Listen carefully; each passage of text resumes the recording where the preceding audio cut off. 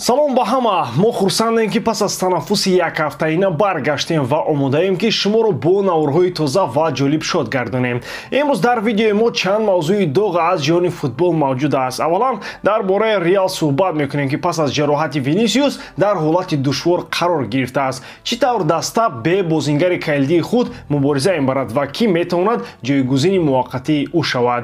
Дубли Роналду дар дастаи Ал-Наср собиқ бозингари Манчестер Юнайтедро дар ҳолати шок гузошт. ҳамчунин мушкилоти Эрлинг Холланд дар Манчестер Ситиро муҳокима мекунем. чаро яке аз ҳамлагарони дурахшонтари муосир дар бозиҳои охир худро намеёбад?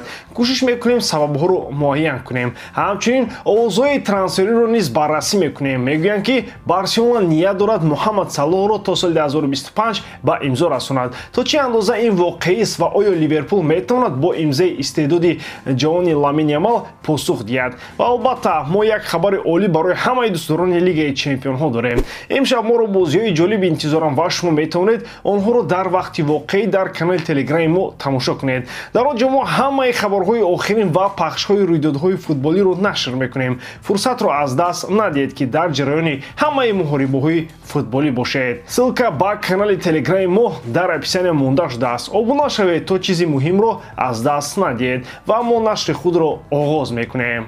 дӯстон, чӣ хеле ки гуфтам, Лигаи Чемпионҳо имшаб бармегардад ва моро як қатор тоб рақобатҳо интизор аст. барои бозам ҷолибтар гузарондани ин бозиҳо шумо метавонед аз хизматрасониҳои дӯстони мо аз 1x истифода баред. ин ширкат чандин сари сол мешавад ки кору фаъолият дорад ва беҳтарин шароитҳоро фароҳам меорад ва нафароне ки то ҳол регистратсия накарданд метавонанд дар аввалин пардохти худ то ҳаҷми 8000 сомонӣ тӯҳфа ба даст оранд. ба телеграм канали ман нависед, ҳамашро пурра мефаҳмонам. маълумоти бештар дар комментария. имкониятро аз даст надиҳед. Винисиус Жуниор, бозингари калидии Реал Мадрид, маҷбур аст барои як моҳ аз сабаби ҷароҳати мушаки рони пои чап танаффус гирад. ин хабар махсусан пас аз он паҳн шуд ки футболбози бразилӣ бозии беҳтарин бар зидди Леганес гузаронд ва Реал бо ҳисоби 3-0 ғалаба кард. дар мавсими ҷорӣ Винисиус сатҳи баланди бозиро нишон дод ва дар 13 бозии Ла Лига иштирок карда 8 гол зада ва 5 партофти натиҷавӣ дод. аммо пас аз бозии охирин ӯ нороҳатиро эҳсос кард ки ин боиси ташхис ва ошкор шудани ҷароҳат шуд. акнун Реал бояд ба набудани ӯ мутобиқ шавад ва ин имкониятҳои навро барои дигар бозингарон мекушояд. хусусан ин ба Килиан Мбаппе дахл дорад ки метавонад мавқеи дӯстдоштаи худро дар мавқеи чапи ҳамла ишғол кунад. вазъият бо ҷароҳатҳо дар дастаи шона интихоби ҷуфти ҳамла барои Мбапперо мушкил мекунад, чунки бозингарони чун Валверде барои ин нақш мувофиқ нестанд. бо вуҷуди ин имкони даста аст ки нақшаҳои нави тактикиро санҷида потенсиали дигар футболбозонро ошкор кунад. хуб, вазъият дар Реал шиддат мегирад. Винисиус Жуниор барои як моҳ аз сабаби ҷароҳат хориҷ шуд ва ин албатта зарба ба даста аст. аммо дар ҳар як буҳрон фоидаҳои худ ҳастанд. акнун Килиан Мбаппе имконият дорад худро дар мавқеи дӯстдоштаи худ дар канори чап нишон диҳад. савол танҳо дар он аст ки кӣ шарики ҳамлаи ӯ хоҳад буд. Валверде албатта бачаи хуб аст, аммо барои ин нақш не. Анчелоти Винисиусро дар бозӣ бо Леганес дар мавқеи 10 санҷид ва ин кор кард. шояд ҳоло Мбапперо дар ҷои худ гузоранд ё боз таҷриба мекунанд ва аз ӯ ҳамлагари тоза месозанд. агар Мбаппе дар чап бошад, пас ки дар маркази ҳамла бозӣ мекунад? шояд Беллингем аз нимҳимоя мисли мавсими гузашта пайваст шавад? Родриго низ ҷароҳат гирифтааст, бинобар ин вариантҳо зиёд нестанд. ман Мбапперо дар чап мебинам, Гюльер ё Браҳим дар рост ва Беллингем дар ҳамла ва шояд бештар вақти бозӣ ба Эндрик дода шавад. ва дар пеш бозии муҳими Реал бо Ливерпул, Атлетик Билбао, Жирона ва Аталанта аст. пас вақти он расидааст ки Килиан бозиро бар дӯш гирад ва Реалро пеш барад. умедворем ки Винисиус зудтар барқарор мешавад ва ба майдон бармегардад. Криштиану Роналду бозам дар маркази таваҷҷӯҳи футболи ҷаҳонӣ қарор дорад. бо задани 912-умин голи худ дар карьераи ҳамлагари португалӣ на танҳо бо маҳорати худ, балки бо ҳосилнокии аҷиби худ мухлисонро ба ҳайрат меорад.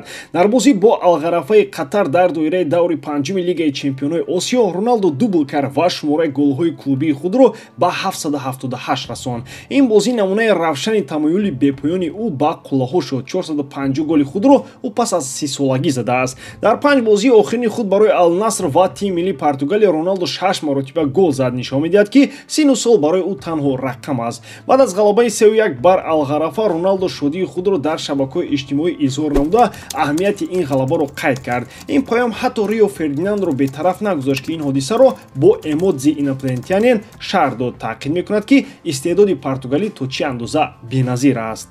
вақте ки ман ба Криштиану Роналду назар мекунам ки ҳамоно мисли мошине гол мезанад, нохост дар бораи карьераи аҷиби ӯ фикр мекунам. 912 гол, ин худ як артиши тӯбҳои ба дароза зада шудааст. хусусан ҳайратовар аст ки 450 онҳо пас аз 30 солагӣ зада шудаанд.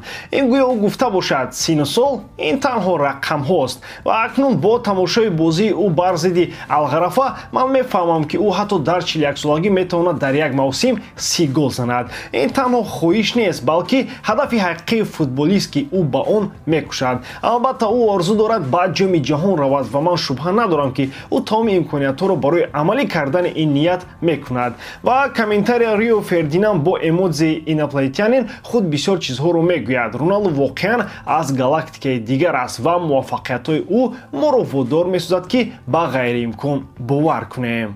Эрлинг Холланд, ҳамлагари Манчестер Сити, пас аз як қатор нокомӣ дар майдон ба маркази таваҷҷӯҳ афтод. Дар бозии охир бо Тоттенхем даста бо ҳисоби 0-4 мағлуб шуд ва Холланд боз натавонист натиҷаҳои хуб нишон диҳад. Дар 4 бозии охир дар Лигаи Премерии Англия бозингари норвегӣ 9 имконияти равшани голзаниро аз даст дод. Танҳо Оли Уоткинс аз Астон Вилла дар мавсим бештар имконоти ношуда дорад. Яке аз мушкилоти асосии Сити дар он аст ки қисми зиёди ҳамлаҳои даста ҳоло ба як бозингар вобаста карда шудааст. Пештар қуввати Сити дар гуногунии имконоти ҳамлагарӣ буд. Дар марҳилаи анҷомёбии ҳамлаҳо метавонистанд якбора якчанд бозингар иштирок кунанд. ин ба даста имкон медод ки бисёр гол зананд, аммо ҳеҷ кас беҳтарин голзани лига намешуд. бо омадани Холланд вазъият тағйир ёфт ва на ба беҳтарӣ. ҳоло дар даста як голзани равшан вуҷуд дорад, аммо голҳо кам шудааст. мисоли Ливерпул ба ёд мерасад, вақте даста бо соҳиби ҷароҳатҳои бозингарони калидӣ мубориза мебурд. бо саъю кӯшиши дигар бозингарони даста тавонист аз ин вазъият барояд. акнун мебинем ки Сити чӣ гуна ин имтиҳонро паси сар мекунад. Пеп Гвардиола, мураббии Манчестер Сити, Холландро дар мушкилоти ҷории даста айбдор намекунад ва мегӯяд ки онҳо хушбахтанд ки чунин бозингар доранд ва бовар доранд ки ӯ боз гол заданро оғоз мекунад.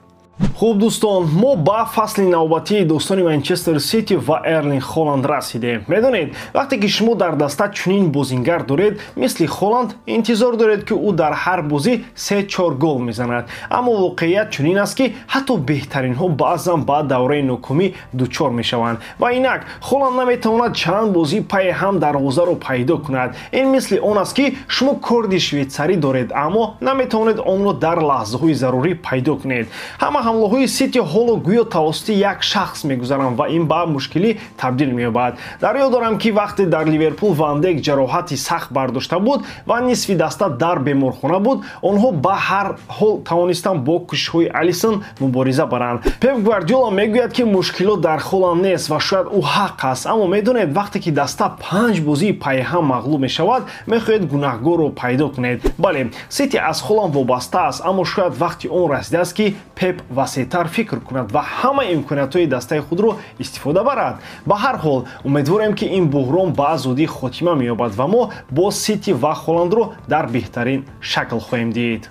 Барселона нақша дорад ки дар соли 2025 як гузариши бузургро анҷом диҳад ва ба суперстораи Ливерпул Муҳаммад Салоҳ диққат диҳад. ҳамлагари мисли ки дар муваффақиятҳои сурхо таҳти роҳбарии Арне Слот нақши калидӣ бозида, дар остонаи ба охир расидани шартномаи худ қарор дорад. Салоҳи 32 сола аз сарфи назар аз сину солаш ба намоиши шакли аъло идома медиҳад ва дар ин мавсим 12 гол зада 10 партофти натиҷадор кардааст. Ливерпул кӯшиш мекунад ки ӯро нигоҳ дорад дар пасманзари таваҷҷӯҳи Арабистони Саудӣ, аммо Барселона ба вазъият бо диққат менигарад ва имкони имзои бозингарро ҳамчун агенти озод баррасӣ мекунад.